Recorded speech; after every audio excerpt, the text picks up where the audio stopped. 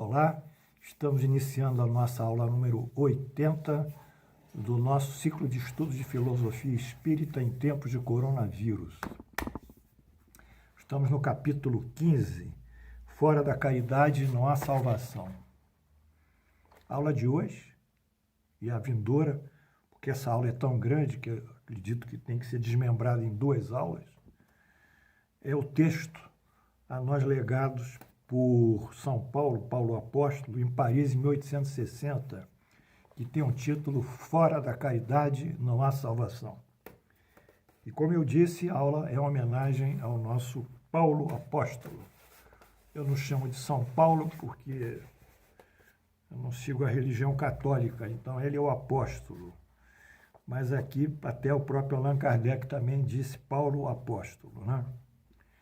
Então vamos à mensagem e vocês vão me acompanhar e eu vou acompanhar vocês. Meus filhos, na afirmativa, fora da caridade não há salvação, encerram-se os destinos dos homens na terra e no céu. Na terra, porque à sombra desse estandarte, eles viverão em paz. No céu, porque aqueles que houverem praticado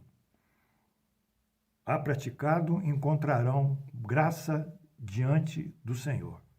Bom, esse é um dos primeiros parágrafos. Vamos ver o que ele quer dizer. Ele quer dizer que a caridade dá o destino, na terra gera paz e no céu gera graça. Na terra, porque na terra nós já sabemos que a caridade ela tem uma base doutrinária tratar os outros como queríamos que nós fôssemos tratados.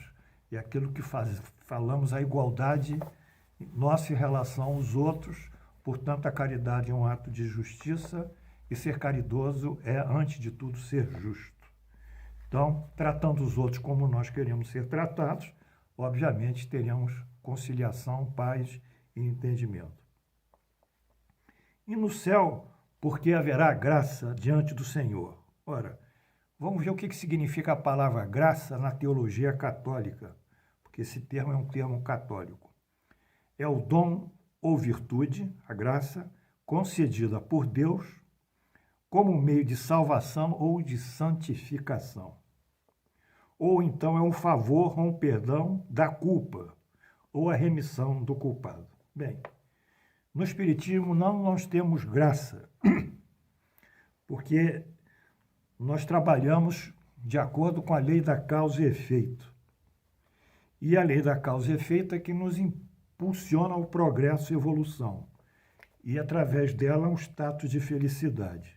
Portanto, para nós espíritas, esse atalho do dom ou da graça que Deus concede é, na realidade, uma oportunidade que Ele nos dá, em que nós, através do nosso livre-arbítrio, possamos exercer a melhor decisão, tomar a melhor decisão, fazer as melhores obras e, em decorrência, realmente, buscarmos, assim, a superação das nossas imperfeições. Graça, dom ou virtude concedida por Deus, em nossa doutrina, nada mais é que uma oportunidade. A própria reencarnação é uma graça de Deus, se quisermos tratar dessa maneira, porque ela nos faculta o processo evolutivo e de reparação e de expiação e de provação das nossas infrações às leis divinas.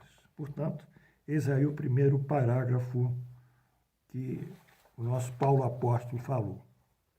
Ainda, segundo a lei da causa e efeito, e de acordo com a lei do progresso, eu, pessoalmente, Paulo, falando aqui para o meu chefe, São Paulo, Paulo Apóstolo, eu discordo do senhor, querido Paulo Apóstolo. Discordo do senhor, porque eu acho que não é o termo fora da caridade não há salvação. Também até discordo do professor Kardec, que deu esse título. Eu acho que fora da caridade não há progresso, não há evolução. Não é? É isso que nós temos que entender. Salvação é um termo, como eu disse, é um termo que não faz parte da doutrina espírita, porque nós trabalhamos sempre proativamente e buscamos por nós próprios a solução das nossas inseguranças e problemas e das nossas dificuldades. Bom, continuemos com o nosso patrono. Essa divisa é a luz celeste, a coluna luminosa que guia o homem no deserto da vida, para conduzi-lo à terra da promissão. Quer dizer, a luz celeste, a coluna luminosa, o deserto da vida, terra da promissão. Isso é uma linguagem figurada que ele utiliza, porque a terra da promissão era a terra de Canaã, que Deus prometeu aos hebreus, ainda não eram judeus, eles vão ser judeus depois das divisões das 10 tribos. 10 tribos ficam em Israel e 2 tribos ficam no reino de Judá. O de Judá, os que ficaram no reino de Judá, foram então chamados judeus, e aí o termo hebreu foi substituído por judeus. E nessa linguagem figurada, a terra de Canaã era a terra que ficava entre a Palestina e a Fenícia. Então era essa terra prometida, quer dizer, que é o nosso encaminhamento para o reino do céu, figuradamente. Essa divisa, fora da caridade e nossa salvação, ela brilha no céu como a auréola santa na fronte dos eleitos. E sobre a terra está gravada, no coração daqueles a quem Jesus dirá: ide para a direita, benditos do meu Pai. Então, a caridade foi proposta também, igualmente, por Jesus. Vós os reconhecereis, os que praticam a caridade, pelo perfume da caridade e que espalham à volta de si. Ou seja, quando nós vemos uma cena de caridade, de exercício da caridade sendo feita, realizada, nós temos uma visão que nos sensibiliza o coração, que é uma coisa doce. Quem que presente um ato de caridade não sensibiliza, não fica cheio de amor, não fica cheio de sentimentos de elevação espiritual. Portanto, é o perfume da caridade que se espalha por aqueles que estão testemunhando a sua obra. Nada exprime melhor do que o pensamento de Jesus, a caridade.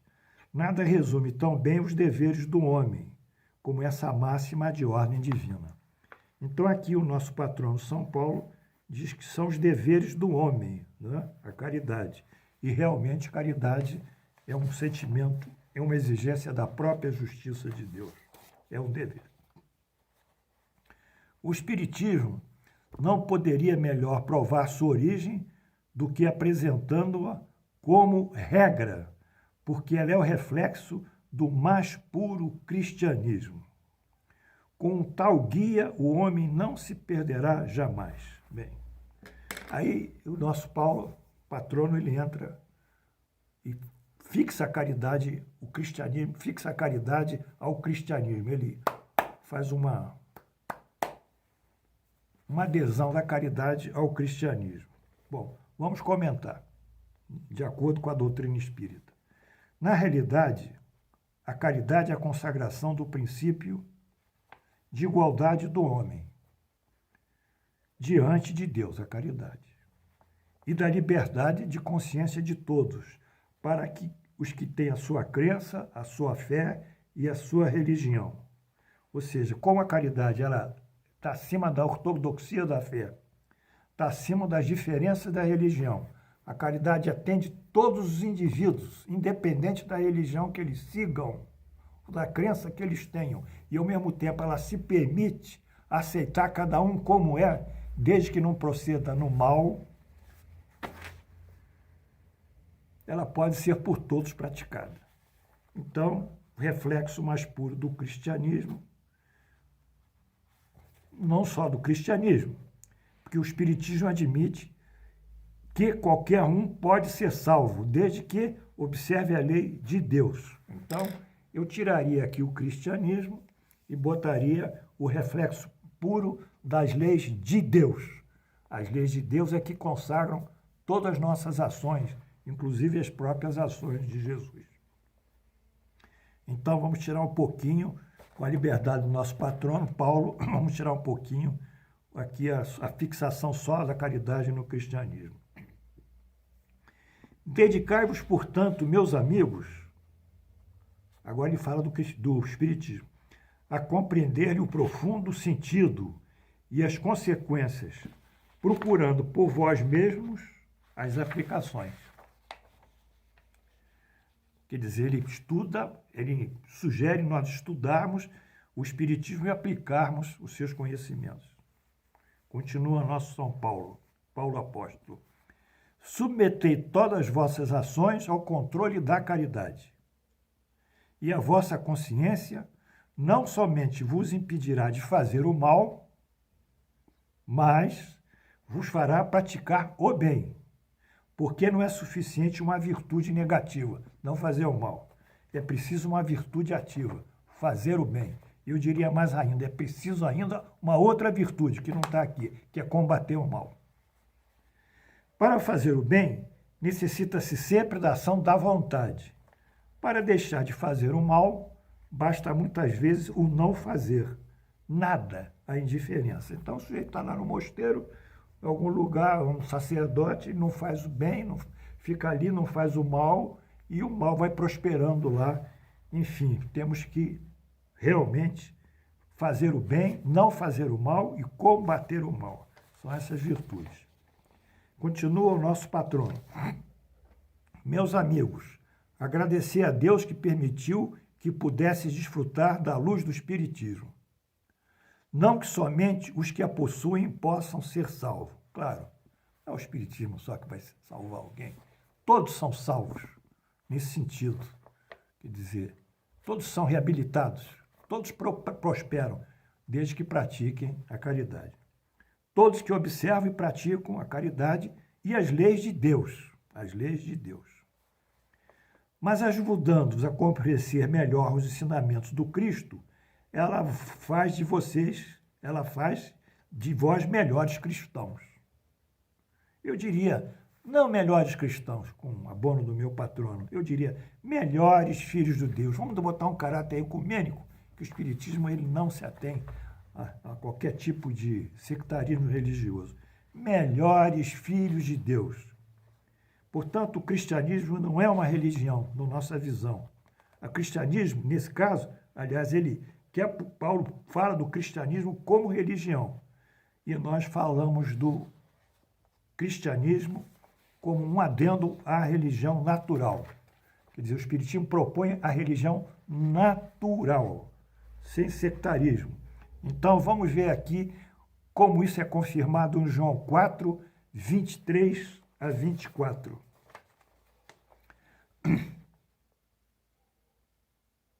Diz Jesus para a samaritana: não vem a hora e já chegou, em que os verdadeiros adoradores adorarão o Pai em espírito e em verdade. Porque são estes o que o Pai procura para seus adoradores. Deus é espírito e importa que seus adoradores o adorem em espírito e em verdade. Portanto, estamos encerrando com essa religião natural. Nós não vamos adorar Deus num templo, numa igreja, numa sinagoga. Nós, espíritas, adoramos Deus em espírito e em verdade, como a inteligência suprema e a causa primária de todas as coisas. A criação, o amor em si mesmo. Portanto, eram esses comentários que nós fizemos a respeito dessa passagem de Paulo Apóstolo, na chamada Fora da Caridade na Salvação. E amanhã, então, nós encerraremos com outras notícias. Eu agradeço a vocês, ofereço mais uma vez as nossas flores e continuemos, em vez de fora da caridade não há salvação, fora da caridade não há progresso, não há evolução, não há prosperidade espiritual, não há melhoria, não subimos o degrau da espiritualidade. A caridade, para nós, é o grande instrumento de crescimento espiritual.